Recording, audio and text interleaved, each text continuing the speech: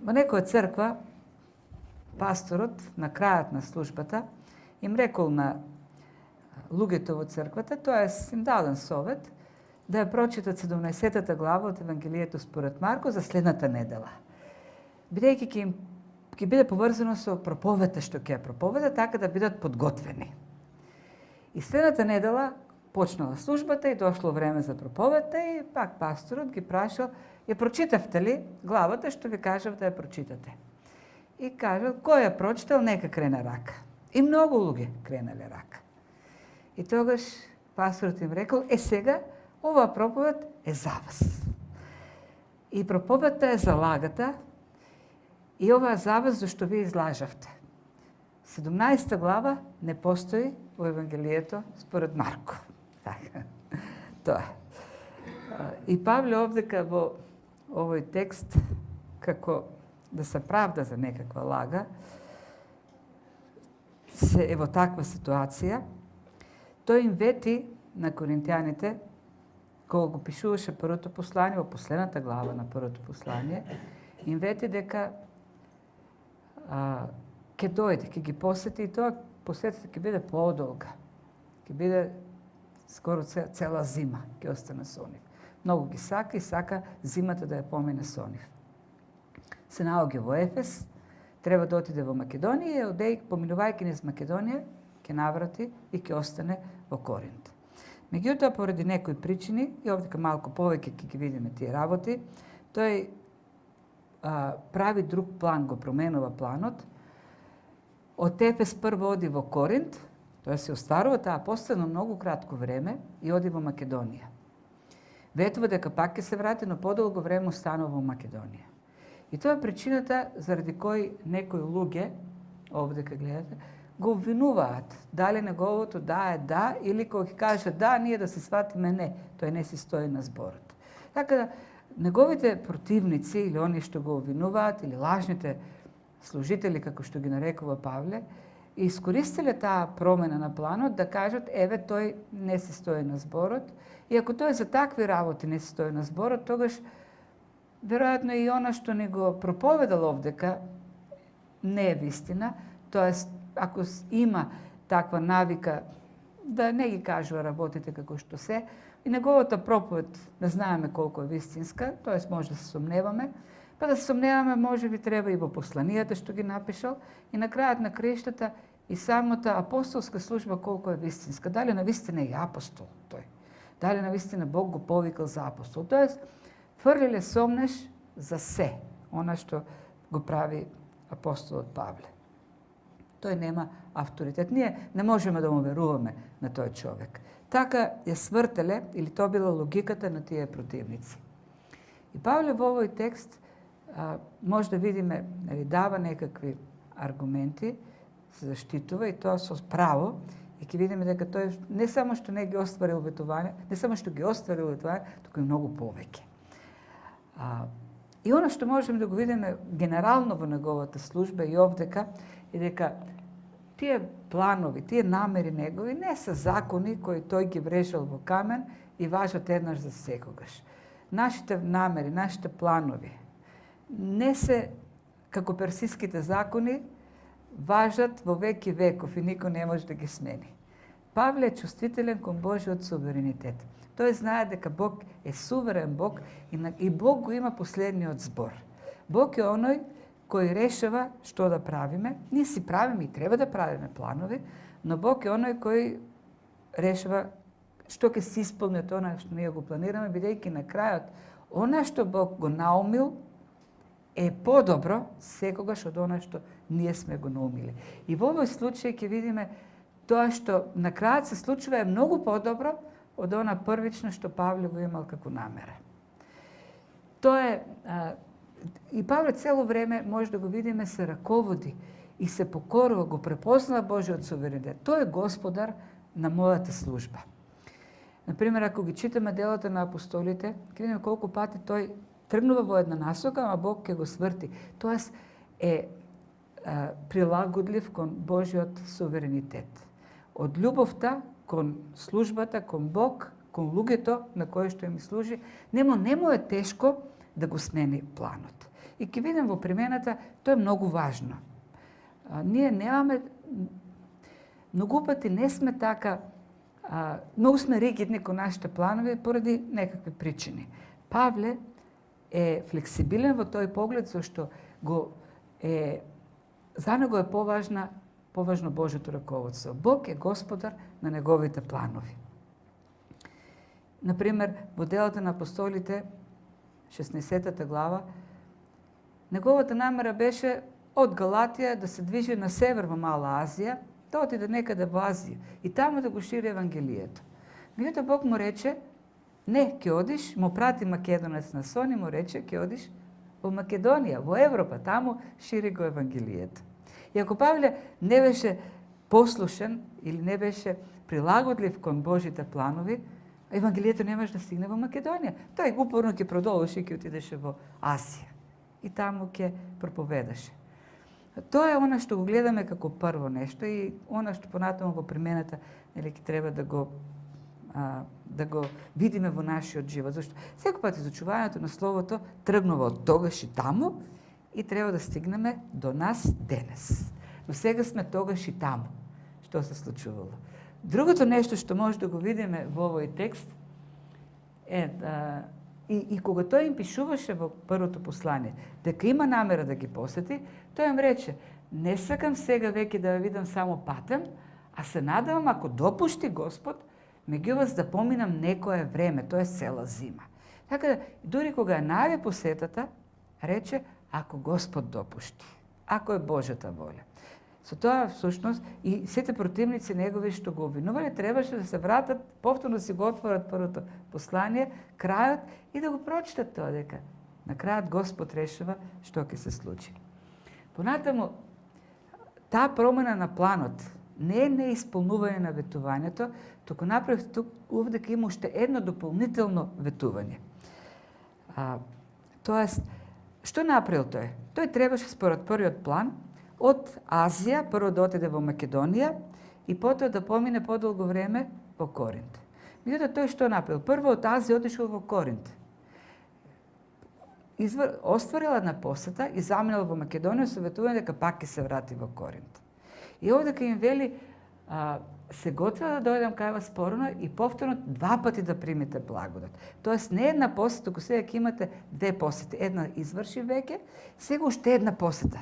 И ако моето присуство кај вас вие го сметате за благослов, за благодат, сега со промената на планот ќе имате не еден благослов, туку 2 благослови ќе имате. Тоест ќе имате дупла благодат од она што беше првично планирана. Така, преку вас да заминам за Македонија, а од Македонија пак да дојдем кај вас и не само да дојдем кај вас, туку да ве земам и да отидеме заедно во Јудеја, тоест ќе поминеме и целиот пат заедно до Ерусалим. Ќе видиме уште повеќе време заедно.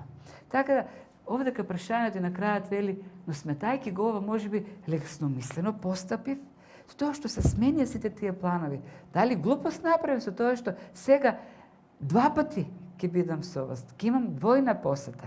И ова прашање е реторичко прашање. Тој не вели дека бил лекомислен со смената на планот, туку ги прашува оние што го обвинуваат. Зошто ме обвинувате дека не си стојам на зборот? Ако веќе толку многу ви не достига моето присуство, јас ви давам можност уште повеќе да сум со вас. Така да, тие обвинувања не држат вода.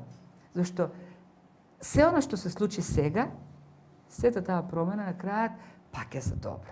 Уште подобро испаднаа работите. И вие треба да се радувате за тоа што уште подобро испаднаа работите. Тоа, гледате дека ве сакам многу. Со тоа што пак ќе дојдем кај вас и ќе ве земам со мене по пат, покажува дека ве сакам, дека има љубов. Ако некој не сака некого, кога еднаш веќе ќе го види, повеќе нема да сака да се гледа. Вели, јас пак ќе дојдам. И тоа е потврда за неговата љубов. Друг аргумент што користи е Божјото ветување, она, нели, тоест Божјата верност. Кога Бог ќе каже за нешто да, тоа е да.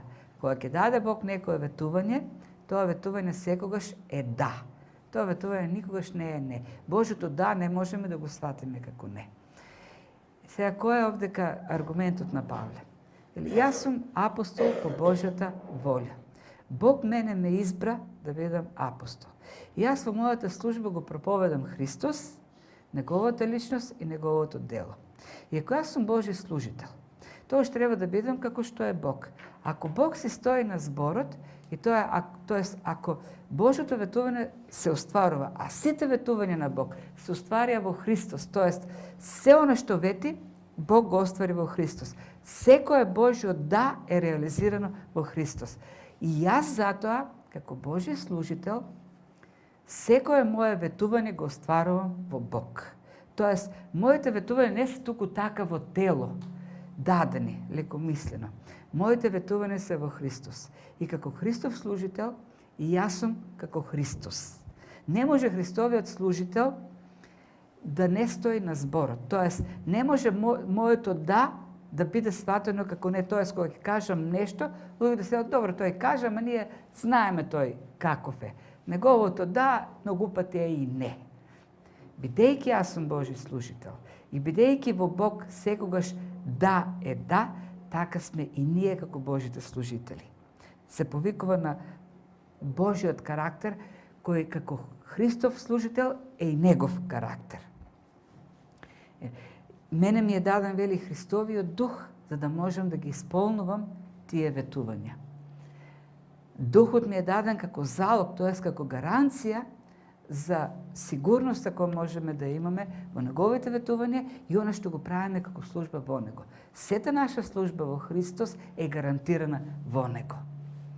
Затоа и тука се повикува на Бог, вели, Бог е сведок дека нашиот збор за вас не беше да и не, т.е. несигурен. И ќе видиме во овој текст, тој два пати го повикува Бог како сведок. Бог ми е сведок. Бог се заколнувам во Господ дека е така, дека не сум ве лажал, дека не ве измамив. Туку се она што се случува на крајот е Божјата воља и е за добро на сите. И сега што можеме да видиме нели од овие работи како примена за нас денес? Ако Бог се стои на зборот, тогаш и оние кои веруваат во него и му служат, треба да се стојат на зборот. Тоа е. Ние сме Божите служители. Ние го носиме Божиот карактер. Ние вршиме Божјата служба. Кога Бог ни дава служба, ние тогаш нашата служба треба да има тежина. Нашиот збор треба да има тежина. Нашето ветување треба да има тежина. Затоа треба да бидеме и внимателни кога даваме ветувања. Треба да бидеме внимателни да не даваме ветувања кои не можеме да ги исполниме, или пак да даваме ветувања кои немаме и намера да ги исполниме. Многу пати ние даваме ветувања за кои воопшто не размислуваме, добро, ќе му ветам, знаејќи дека не можеме да го исполниме и надавајќи се дека со времето или ќе се заборави ветувањето, или оправданијата ќе го релативизират и така одиме од денес за утре, од недела кон недела, месец за месец, година за година и на крајот се бледнее. Таквите постапки се срам за Господ. Божиот служител, неговиот збор треба да има тежина. Тој треба да стои на зборот. Зошто инаку презентираме лоша слика за Бог кој секогаш е верен, кој секогаш ги исполнува ветувањата. Ветувањето што сме го дале треба да го исполниме. Дури ако треба да платиме и висока цена лична, тоа треба да се исполни. Павле ги плакеше цените за тие работи. Но тоа го правеше бидејќи прво беше Божи служител и бидејќи имаше љубов кон другите. Понатаму, да не забораваме за Божиот суверенитет над нашиот живот кога ги правиме плановите за иднината. Ние на Божиот суверенитет или на Божјата волја, така да кажеме, многу внимаваме.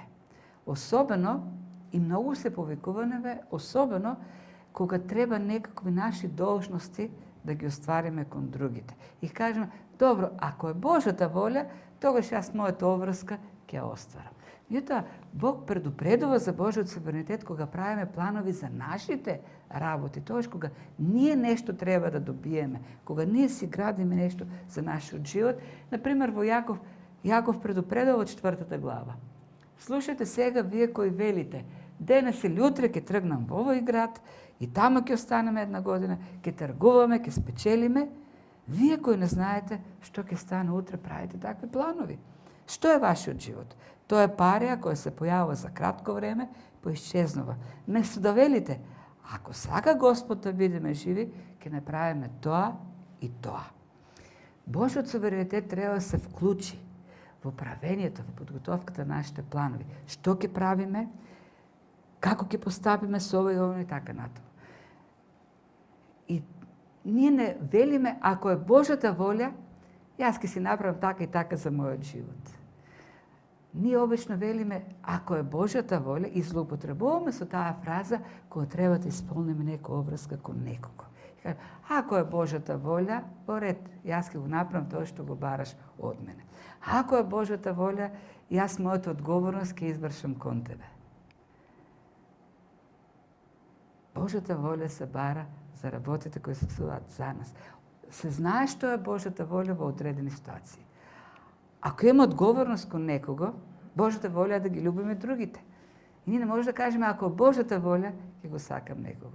Божјата волја е да бидеме честни кон луѓето. Не можеме да кажеме, ако е Божјата волја, ќе бидам честен кон оној или кон оној. Се знае што е Божјата волја.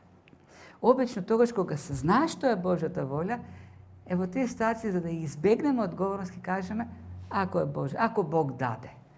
Се знае кога Бог дава и што треба да направиме. И една друга работа, што ја гледам овде во текстот кај апостол Павле, е неговата флексибилност, како што кажав. Ние често пати знаеме сме ригидни кон нашите планови и многу пати знаеме што е подобро, знаеме дека некаква промена е подобро за другите, но ние стоиме на планот. И зошто тоа го прави? Зошто сме ригидни обично? Имаме, знаете параболата за добриот самарјанин. Имаше човек кој беше претепан, ограбен и оставен на патот во животна опасност. Умираше човекот. Поминаа свештеник, поминаа левит. Тие луѓе си имале план. Нивното патување било сигурно врзано со служба. Или требало да одат да погребат некого, или требало да извршат некој ритуал, да служат во храмот, да принесат жртва. Имале добра и важна работа. И тие го одминаа човекот. Не верувам дека тие го одминаа зашто туку така. Си имале некаков план и не сакале да го сменат планот. И на крај доаѓа еден самарјанин кој патувал долго време. Тој самарјанин доаѓа од Самарија. Стотици километри поминал. И тој си имал план. Одел кон Ерусалим. Одел да тргува. Не знаеме што била работата. Меѓутоа тој, гледајќи ја другата можност која Бог ја има за него да помогне, го менува планот. И не само што застанува да му помогне, туку го носи и го сместува на сигурно место. Што сакам да кажам? Често пати промената на плановите значи плаќање на цена.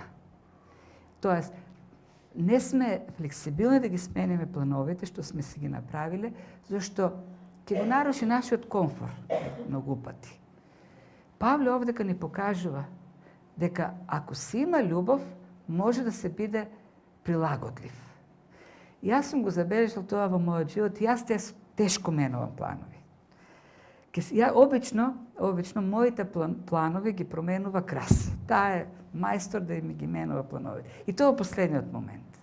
И обично промената на плановите е да вклучиме и нешто друго кое е добро за другиот. Јас ќе направам план кој ми одговара за патување, за да одиме некаде и таа, ај да го земеме и овој, а да поминеме и оттаму, и тоа во последниот момент. И ме пореметува. И знаете ли која е причината за реметењето? Прво, нарушувањето на мојот комфорт. Ке треба сега да платам цена некако. Иако промената на планот ќе донесе добро. Е подобро и за другите. Ние правиме добри планови, но Бог ги има најдобрите планови. Бог не сака да имаме само добри планови, Бог сака да ги имаме најдобрите планови. И ако Бог сака да го смени планот, тој бидејќи има подобар план. Нашата себичност, обично, недостигот на љубов не прави да бидеме ригидни. Павле овде дека вели, аз го сменив лесно планот. Иако значи за мене повеќе патување, бидејќи ве љубов, бидејќи тоа ќе донесеше подобро во црквата во Коринт. Значи, тоа е првиот дел. Првиот дел се овие примени и ова негово правење. Вториот дел веќе гледаме конкретно зошто тој не е таму. Кој е доброто за коринтијаните тој да не биде таму? Тоа е во следните стихови, крајот на првата глава и почетокот на втората глава. Вели, јас го повторно го повикував Бог за сведок, 2 пати во овој текст. Бог ми е сведок на мојата душа дека штедејќи ве вас не дојдов во Коринт досега. Вас сакав да ве поштедам. Тоест, подобро, или ако можеме да го сумираме некако овој текст со една мисла, Павле вели, подобро за вас е да не сум меѓу вас. Јас не сум меѓу вас, зашто така е најдобро за вас. Бидејќи ве сакам, не сум со вас. Ова звучи нелогично. Ние велиме, ако ние љубовта ја покажуваме со тоа што сме со некого. Но Павле вели, подобро, бидејќи ве сакам, не сум со вас. Ако ве сакав лошо, ќе дојдев кај вас. И тогаш што ќе се случише? Сите ќе бевме ожалостени. И ќе имавме едно заедништво кое немаше да му користи никому. И овдека неколку работи така се истакнуваат. Штедејќи ве вас, туку заради ваше добро, не дојдов во Коринт досега. Ветив дека ќе дојдам, но се уште не сум дошол втор пат. Зошто? Зашто не сакаме да владееме со вашата вера. Ние не сакаме да бидеме господари на вашата вера, туку сакаме да бидеме соработници на вашата радост. Тоест, вие да ја практикувате верата и да се радуваме сите на начинот на кој што вие ја живеете вашата вера. Бидејќи знам дека ви имате доволно вера, дека сте доволно духовно зрели, да бидете сами таму, без да сум јас покрај вас. Јас сум сигурен дека вие сте доволно духовно зрели. И така реши во себе да не доаѓам кај вас, со жалост. Очигледно има нешто меѓу Павле и коринтијаните. Ако јас ве нажалам, ако дојдем кај вас, ќе ве нажалам сигурно. Тогаш нема да ме зарадувате, зашто и вие ќе бидете нажалени.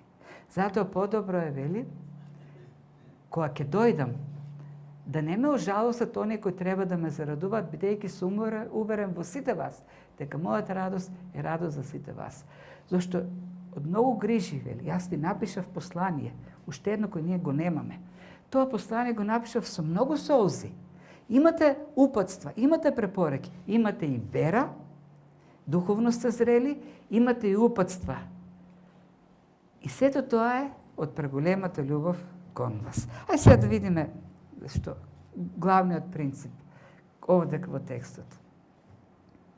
Поради мојата љубов кон вас не сум со вас. Обично би кажале, поради мојата љубов со вас, јас сум со вас. Или бидејќи не ве сакам, не сум со вас. Бидејќи ве сакам, не сум со вас, вели Павле.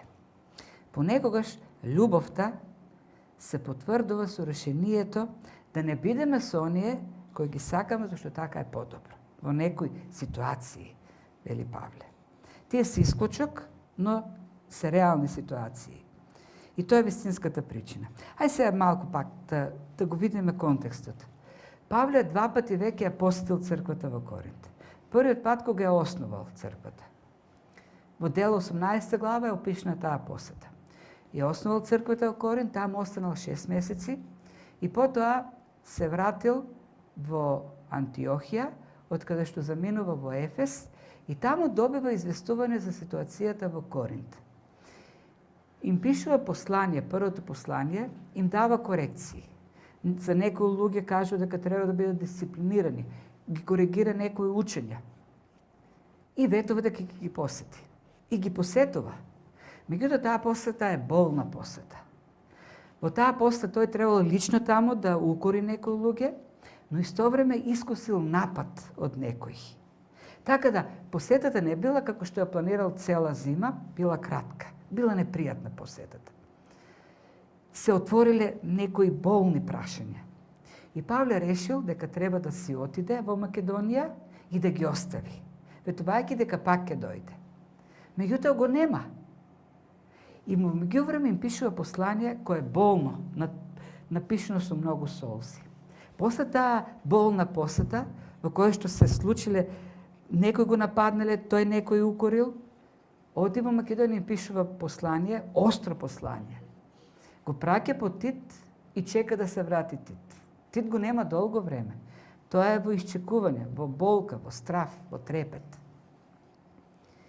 И додека чека, разбира дека некои во Коринт, кои биле очигледно на неговата страна, Павловите во Коринт, си кажеле, веројатно тој не сака. Сега, кога ни е најмногу потребен, во оваа ситуација во црквата, кога има напади, кога другите групи не напаѓаат нас, кога имаме многу прашања кои треба да ги решиме, тој се остана во Македонија. Тој не е со нас. Очигледно тој не му е грижа за нас. Тоа е реакцијата. И така би сватили, нели? И затоа тој ги пишува овие работи сега овдека во оваа послание. Бидејќи таков впечаток се создава. Нели? И тој вели, уште не е времето да дојдам кај вас.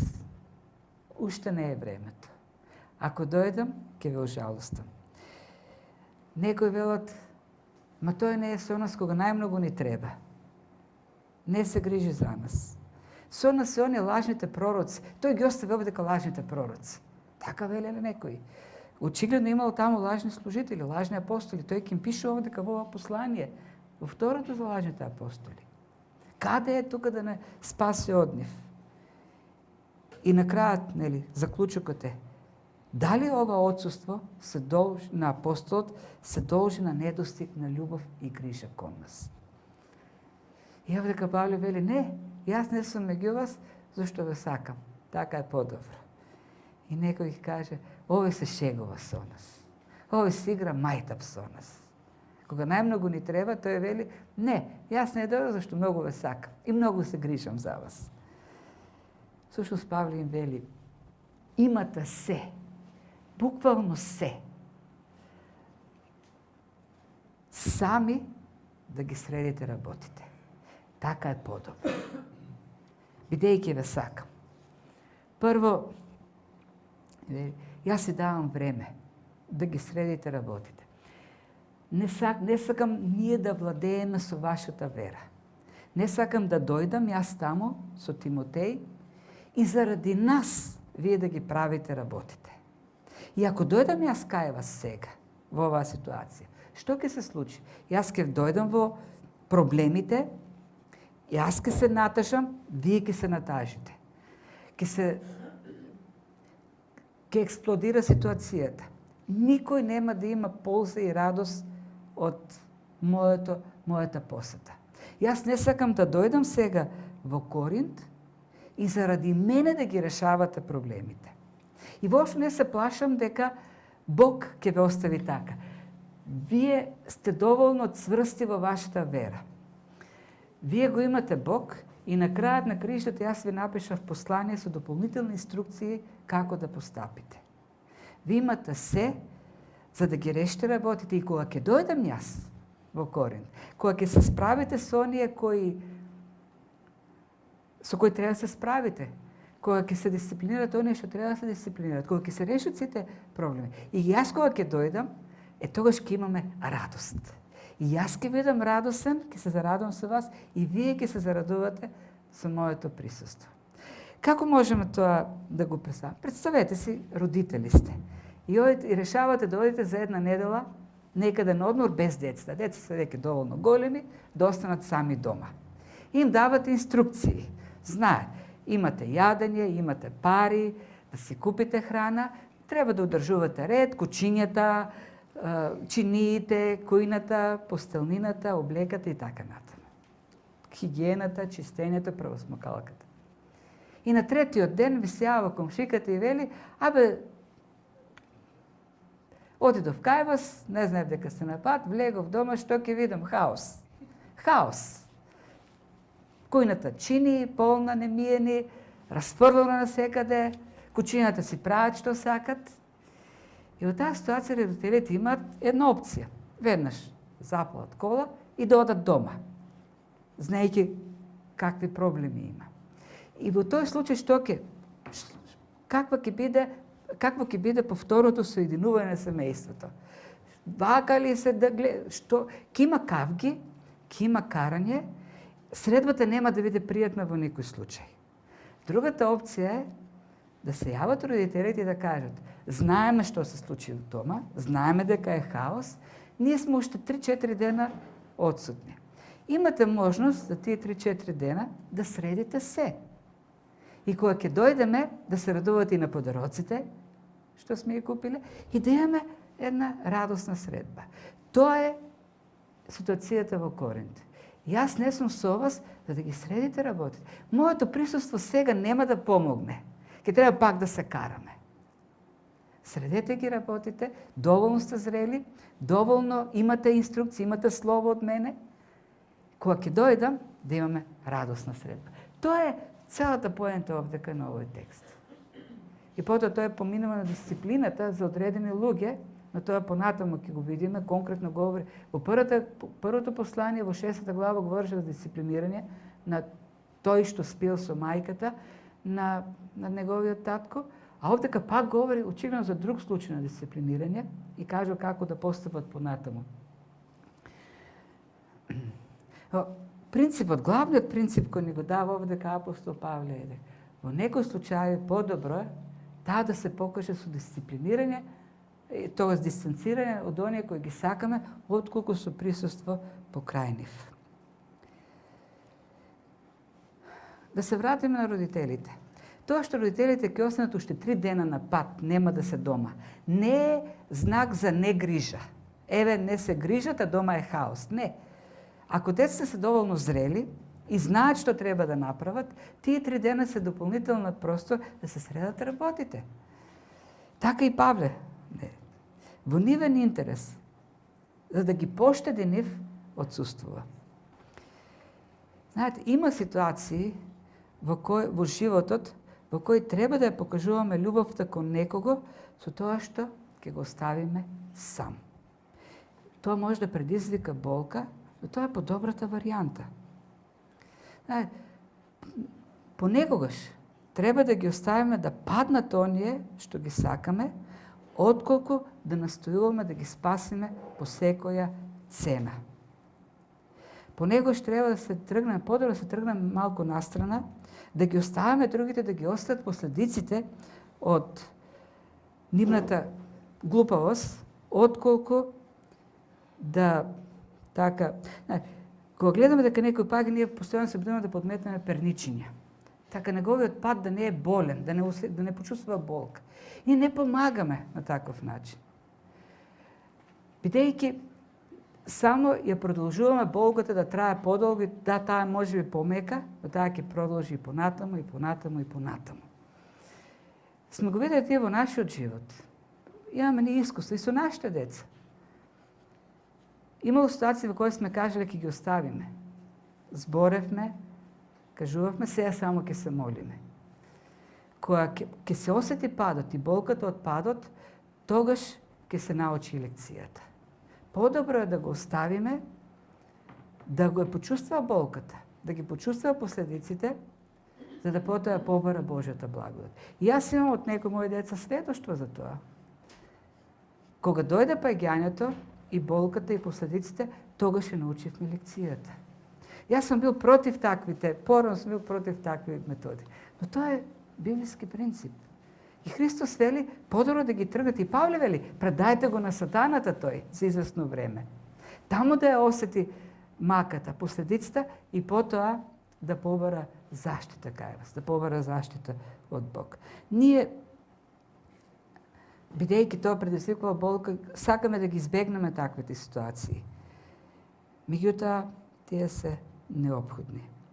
Тоа дистанцирање е болно и затоа не сакаме да го правиме, но понекогаш треба да го правиме за доброто на оние што ги љубиме и за наше добро. И тука стигнуваме до дисциплината, црковната дисциплина, која е тема која продолжува и тоа ќе го видиме следниот пат. Христос даде како принципи дисциплинирање. Знаете ли дека таа тема се среќа во повеќе од 20 глави во Новиот Завет, црковната дисциплина. Павле во првото послание до Коринтијаните ја отвори таа тема. Христос им рече на учениците: подобро за вас јас физички да се заминам. Им рече: но јас вистината ви ја кажувам, подобро е за вас јас да си отидам, зашто ако не си отидам, утешителот нема да дојде кај вас. Подобро јас не сум со вас и вие потоа да се справите сами, само со помошта на Светиот Дух. Ако јас останам на земјата физички за секогаш, вие никогаш нема да станете апостолите кои треба да станете. И навистина, дека беше Христос со нив, ти не беа такви силни и цврсти во верата, какви што беа кога Христос си замина и дојде Светиот Дух. Заминувањето на Христос само придонесе за добро, за јакнењето на апостолите. И овдека Павле вели: не сум со вас во Коринт, бидејќи треба да се засврсти вашата вера. Вие треба да си ги справите, да си ги решите. Работите и потоа ќе се радуваме сите заедно. И тоа така како за крајот на годината. Зборот, ветувањата, како ги даваме, држи ли, има ли вредност нашиот збор, стабилен ли е, и однесувањето, односот со другите. Што е најдобро во Божите очи? Зашто Божјото добро, Бог не сака едноставно добро. Бог не го сака само доброто. Бог го сака најдоброто. Добро е да бидеме добри со сите. Но најдобро е да бидеме оне како што Бог сака да бидеме со сите. Господ да ни дава мудрост, не се лесните лекции, тешки се, но со Божјата благодат, со онаа мудрост што ни дава, може да имат корист во нашиот живот.